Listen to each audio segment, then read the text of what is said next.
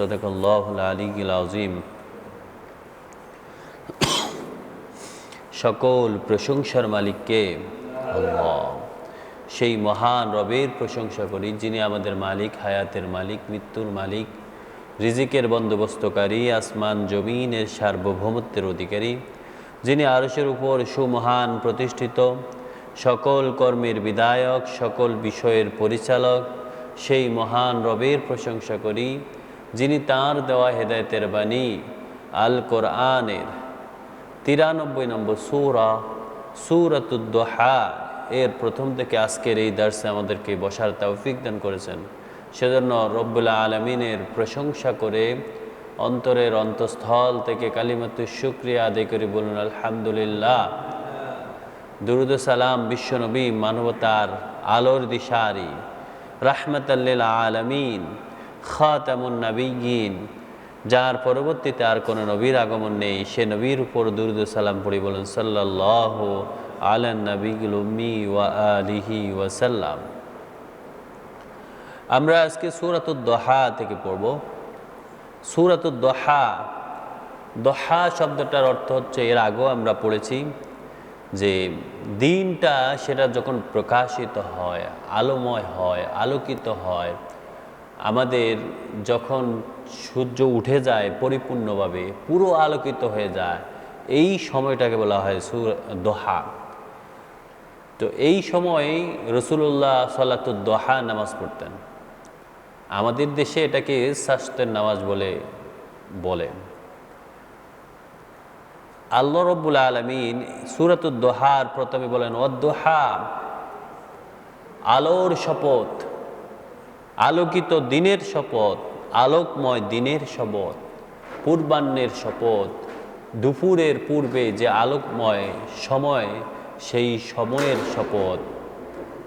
ওয়াল-লাইলি ইজা সাজা, এবং রাতের শপথ যখন তা অন্ধকারাচ্ছন্ন হয়, ছায়া বিস্তার করে, নিস্তব্ধ হয়ে যায়, যখন সেটা একদম অন্ধকারে ঢেকে দেয়। এই সূরাত দুহা যখন নাজিল হয়, নাজিল হওয়ার পূর্বে কিছুদিন রাসূলুল্লাহ সাল্লাল্লাহু আলাইহি ওয়াসাল্লামের উপর ওহী নাজিল করা বন্ধ হয়ে যায়। এই বন্ধ সময় যখন ওহী নাজিল হচ্ছিল না, কাফেররা তারা চারদিকে বলা বলি শুরু করলো যে মুহাম্মদ তো প্রতিদিন এসে আমাদেরকে কিছু না কিছু শোনাতো, কোনো না কোনো আয়াত শোনাতো, বলতো আজকে এটা নাজিল হয়েছে, আল্লাহ আমাদেরকে এটা জানিয়েছেন, এটা আমাকে করতে বলেছেন, এটা প্রকাশিত করতে বলেছেন, এই দাওয়াত দিতে বলেছেন। কিন্তু ইতিপূর্বে অনেক দিন হলো মুহাম্মদ তো কিছু বলে না। তার মানে মুহাম্মদকে কি তার রব ছেড়ে দিয়েছে? নাউজুবিল্লাহ। রসুলের আপন চাচি আবু লাহাবের স্ত্রী উম্মে জামিলা মুহাম্মদ সাল্লাল্লাহু আলাইহি সাল্লামকে ডেকে বলতেছে, মুহাম্মদ তোমার শয়তান কি তোমাকে পরিত্যাগ করেছে? নাউজুবিল্লাহ। আল্লাহ রাব্বুল আলামিন সেই কথা এমনভাবে প্রকাশ করলেন। আল্লাহ বলেন আলোর শপথ। আলো যখন হয় মানুষ এমনি হাসে, অন্ধকার হলে মানুষের মুখ বন্ধ হয়ে যায়। আল্লাহ বলেন ও রাসূল, আপনার কাছে সুসংবাদ এটা, আপনার রব কিন্তু কখনোই আপনাকে ছেড়ে যায় নাই, বরং আমি আলোর শপথ করে বলতেছি এবং অন্ধকারের শপথ করতেছি। অন্ধকার যখন একদম ছেয়ে যায়, মা ওয়াদ্দাআকা রাব্বুকা ওয়া মা ক্বালা, ওই আলো এবং অন্ধকারের শপথ, আপনার রব কখনোই আপনাকে ছেড়ে যায় নাই। ওয়া মা ক্বালা, কিংবা আপনার প্রতি বিরূপ হন নাই, আপনার প্রতি মনোকষ্ট নেন নাই, আপনার প্রতি বৈরাগ্য পোষণ করেন নাই, তিনি কখনো আপনার প্রতি অসন্তুষ্ট হন নাই, বরং আপনার রব আপনাকে একটা সুযোগ দিয়েছেন, একটু সময় স্থির হওয়ার জন্য দিয়েছেন। ওয়ালাল আখিরাতু খায়রুল লাকা মিনাল উলা, ও নবী, আপনার পূর্বের যেই সময়টা যায় এর থেকে পরবর্তী সময়টা আপনার জন্য সর্বোত্তম। আপনার এই দুনিয়া, এটা তো আপনার জন্য একদম কিছুই না, কিন্তু আখেরাতে আপনার জন্য এর থেকে অনেক উত্তম জিনিস রয়েছে। শীঘ্রই আপনার রব আপনাকে নিশ্চয় আখেরাত, শেষকাল, পরকাল আপনার জন্য সবচেয়ে উত্তম হবে যেই সময়টা আপনার বর্তমান যায়। এমনকি রাসূলুল্লাহ সাল্লাল্লাহু আলাইহি সাল্লামের একটা হাদিস রয়েছে যে ওই ব্যক্তির জন্য ধ্বংস যে আর গতকালকে সে আজকের দিনটা ভালো হয় নাই। আপনি গতকালকে ব্যবসা করেছেন 5 টাকা, আজকে যদি 4 টাকা ব্যবসা করেন, তার মানে কি আপনি অবশ্যই পিছিয়ে দিকে গেছেন। গতকালকে আপনি ভালো কাজ করেছেন, আজকে ভালো কাজটা করতে পারেন নাই, তার মানে হচ্ছে আপনি আসলেই গতকালকে সে ভালো হন নাই। রাসূলুল্লাহ সাল্লাল্লাহু আলাইহি সাল্লামের নবুয়তের প্রথম থেকে শেষ পর্যন্ত তার প্রতিটি দিন পূর্বের দিনের থেকেও ভালো গিয়েছে, আরও বেশি আমল করেছে, আরও বেশি ভালো কাজ করেছে, আরও বেশি আল্লাহ রাব্বুল আলামিন তার উপর আয়াত নাজিল করেছেন, বিধান নাজিল করেছেন, তিনি আরও বেশি প্রকাশ করেছেন, আরও বেশি দাওয়াত দিয়েছেন।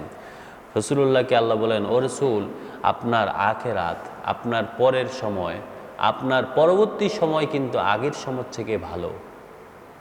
সুতরাং আপনি কখনো ওই ব্যক্তিদের কথায় মনোকষ্ট নেবেন না যারা আপনার ব্যাপারে অপপ্রচার চালায়, যারা আপনার ব্যাপারে মিথ্যারোপ করে। ওয়ালা সাউফা ইউতিকা রাব্বুকা ফাতারদা, অচিরেই আপনাকে আপনার রব এমন কিছু দিবেন যে আপনি দেখেই সন্তুষ্ট হয়ে যাবেন, পেয়ে সন্তুষ্ট হয়ে যাবেন, খুশি হয়ে যাবেন। রাসূল, আপনার এই যে সংকট মুহূর্ত চলে যায়, অচিরেই আপনাকে আল্লাহ এমন একটা সময় দিবেন যেই সময়টা আপনার ওই সংকট মুহূর্ত থেকে অনেক উত্তম হবে, তখন আপনি খুশি হয়ে যাবেন। সুবহানাল্লাহ। যেই সব কাফেররা আপনার ব্যাপারে টিটকারিমূলক কথা বলে, অচিরেই তারা আপনার পদদলিত হবে, তখন আপনি খুশি হয়ে যাবেন। কোনো কোনো বর্ণনায় পাওয়া যায় রাসূলুল্লাহকে আল্লাহ রাব্বুল আলামিন দেখিয়ে দিয়েছেন যে তার পরবর্তীতে সাহাবীদের জমানায় ইসলাম কিভাবে দেশ বিদেশে পুরো পৃথিবীতে ছড়ে যাবে, রাসূলুল্লাহকে আল্লাহ সন্তুষ্ট করে দিবেন। এটা আল্লাহ রসুলকে আগেই জানিয়ে দিয়েছেন। আবার যে মক্কা রসুলের জন্য এত কঠিন সময়, ও রসুল এই মক্কায় আপনার অধীনস্থ হয়ে যাবে, তখন আপনি খুশি হয়ে যাবেন। যেই কাবা ঘরে আপনি দাঁড়ানোর সময় বারবার চিন্তা করতে হয় যে কখন কাফেররা কোন ধরনের আঘাত জানি বলে, কি ধরনের কথা বলে জানে আমাকে কষ্ট দেয়, সেই মক্কা একদিন আপনার কথায় চলবে।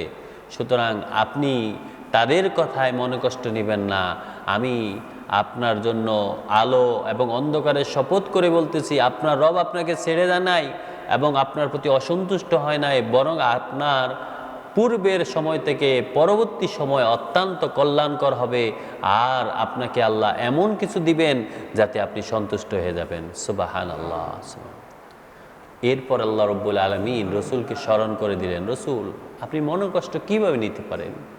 ওই ব্যক্তিদের কথা আপনি কিভাবে আঘাতপ্রাপ্ত হতে পারেন? আলাম ইয়াজিদিকা ইয়াতীমান ফাআওয়া, আপনি তো যখন জন্মের পূর্বে আপনি পিতাহারা ছিলেন, আপনি ইয়াতীম ছিলেন, আপনার সময়টা এত সংকটময় ছিল, কিন্তু আল্লাহ রাব্বুল আলামিন আপনাকে স্মরণ করায় দিচ্ছেন, আলাম ইয়াজিদিকা ইয়াতীমান ফাআওয়া, আপনাকে কি আপনার রব ইয়াতীম অবস্থায় পায় নাই? অতঃপর তিনি আপনাকে আশ্রয় দিয়েছেন। কত ইয়াতীম আছে বাবা মারা যাওয়ার পরে রাস্তায় ঘুরে ঘুরে চলে, কিন্তু আপনাকে তো এরকম সংকট মুহূর্ত আমি দেই নাই। আপনাকে আপনার পিতা হারা করে দিয়েছি, অতঃপর আপনাকে এমন একটা উত্তম আশ্রয় দিয়েছি, আপনার দাদা, অতঃপর চাচা, ধীরে ধীরে আপনাকে আমি আশ্রয়ের মধ্যেই রেখেছি। ওয়াওয়াজাদাকা দাল্লান ফাহাদা, ও রাসূল, আপনি তো ওই সময় নবুয়ত পান নাই, সুতরাং আপনি ওই সময় সঠিক পথে, আপনাকে ওই সময় যখন আপনি সঠিক পথ খুঁজতেছিলেন, আপনাকে আল্লাহ রাব্বুল আলামিন ফাহাদা, সঠিক পথটা দেখাই দিয়েছেন। রাসূল, আপনি ওই কথাটা স্মরণ করুন। সুতরাং ওই কাফেরদের কথায় আপনি কেন মনে কষ্ট দিচ্ছেন? যেসব কাফেররা আপনার ব্যাপারে অপপ্রচার চালায়। কোনো কোনো বর্ণনায় পাওয়া যায় যে রাসূলুল্লাহ সাল্লাল্লাহু আলাইহি ওয়াসাল্লাম ওই সময় কয়েকদিন অনেক অসুস্থ থাকার কারণে তাহাজ্জুদ নামাজ পড়তে পারেন নাই। আর কাফেররা কি করতো, রাতের অন্ধকারে গিয়ে রসুলের বাসার পাশে গিয়ে দাঁড়ায় থাকতো। উনি যখন তাহাজ্জুদ পড়তেন, কোরআন তেলাওয়াত শুনতেন, তারাও কিন্তু এটা নিয়ে সন্তুষ্ট ছিল, শুনতেই ভালো লাগতো এবং কি এখান থেকে শিক্ষাও নিত। কিন্তু হেদায়েত তাদের উপর নসিব, তাদের এতই কপাল পড়া ছিল যে তারা হেদায়েত পায় নাই। তখন তারা বলে, রসুল মুহাম্মদ যদি 3 দিন ধরে তাহাজ্জুদ পড়তেছে না, তার মানে কি মুহাম্মদকে কি ওই ফেরেশতা, যে ফেরেশতা আল্লাহর পক্ষ থেকে আসতো, সে কি ছেড়ে দিয়েছে? তাদের এই সন্দেহ আল্লাহ রাব্বুল আলামিন দূর করে দিলেন যে না রসুল, আপনার রব আপনাকে ছেড়ে দেয় নাই, আপনি ইয়াতিম ছিলেন, আপনি তখনও সঠিক পথ পান নাই, আপনাকে আল্লাহ রাব্বুল আলামিন সঠিক পথ অবহিত করেছেন, সঠিক পথ দেখিয়েছিলেন। ওয়াজাদাকা আইলান ফাআগনা, আর আপনি এমন একটি সংকট মুহূর্তে ছিলেন, আর্থিকভাবে আপনি অত্যন্ত দুর্বল ছিলেন, কিন্তু আল্লাহ রাব্বুল আলামিন আপনাকে প্রাচুর্য দান করেছেন। সুবহানাল্লাহ, সুবহানাল্লাহ। রসুল, যখন আপনি যুবক বয়সে ছিলেন, আপনার নিজস্ব কোনো অর্থনীতি ছিল না, অর্থ ছিল না, অর্থ ব্যবস্থা ছিল না, আপনার সম্পদ ছিল না, কিন্তু আপনাকে আল্লাহ কিভাবে, আপনি একবার চিন্তা করেন, আপনার রব আপনাকে কিভাবে কোথায় নিয়ে বসায় দিলেন, আর আপনি তখন সবচেয়ে সম্ভ্রান্ত ব্যক্তিদের একজন হয়ে গেলেন। সুবহানাল্লাহ।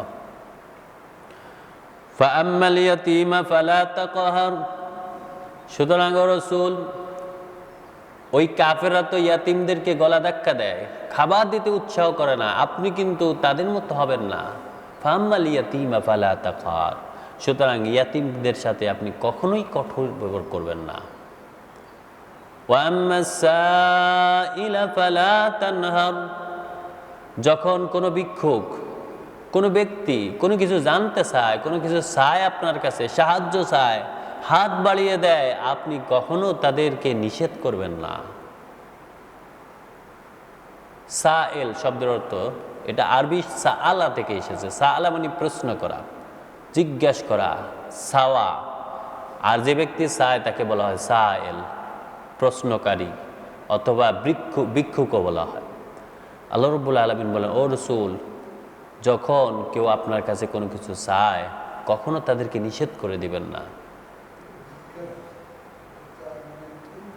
ইনফরমেশন হতে পারে, যখনই যে ব্যক্তি আপনার কাছে আসে, যেই ব্যক্তি আপনার কাছে কোনো ধরনের আশ্রয় চায়, কোনো ধরনের পরামর্শ চায়, আপনি তাদেরকে উপেক্ষা করবেন না।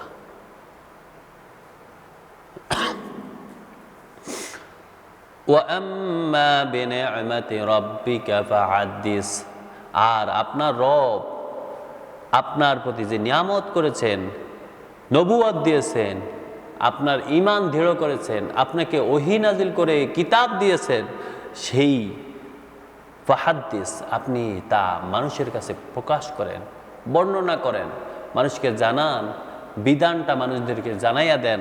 আল্লাহ আপনার কাছে কি নাজিল করেছেন সেই জিনিসগুলো সবার কাছে প্রকাশ করেন। সুতরাং এটাই হচ্ছে রসুল আপনার দায়িত্ব। ওই কাফেরদের কথায় আপনি কখনো মনোকষ্ট নেবেন না। আল্লাহ রাব্বুল আলামিন যেন আমাদেরকেও আল্লাহর পক্ষ থেকে যে বিধান এসেছে সে বিধান যেন মানুষের কাছে প্রকাশ করা, নিজেরা মানা এবং অন্যদেরকে মানতে সহযোগিতা করার তৌফিক দান করেন।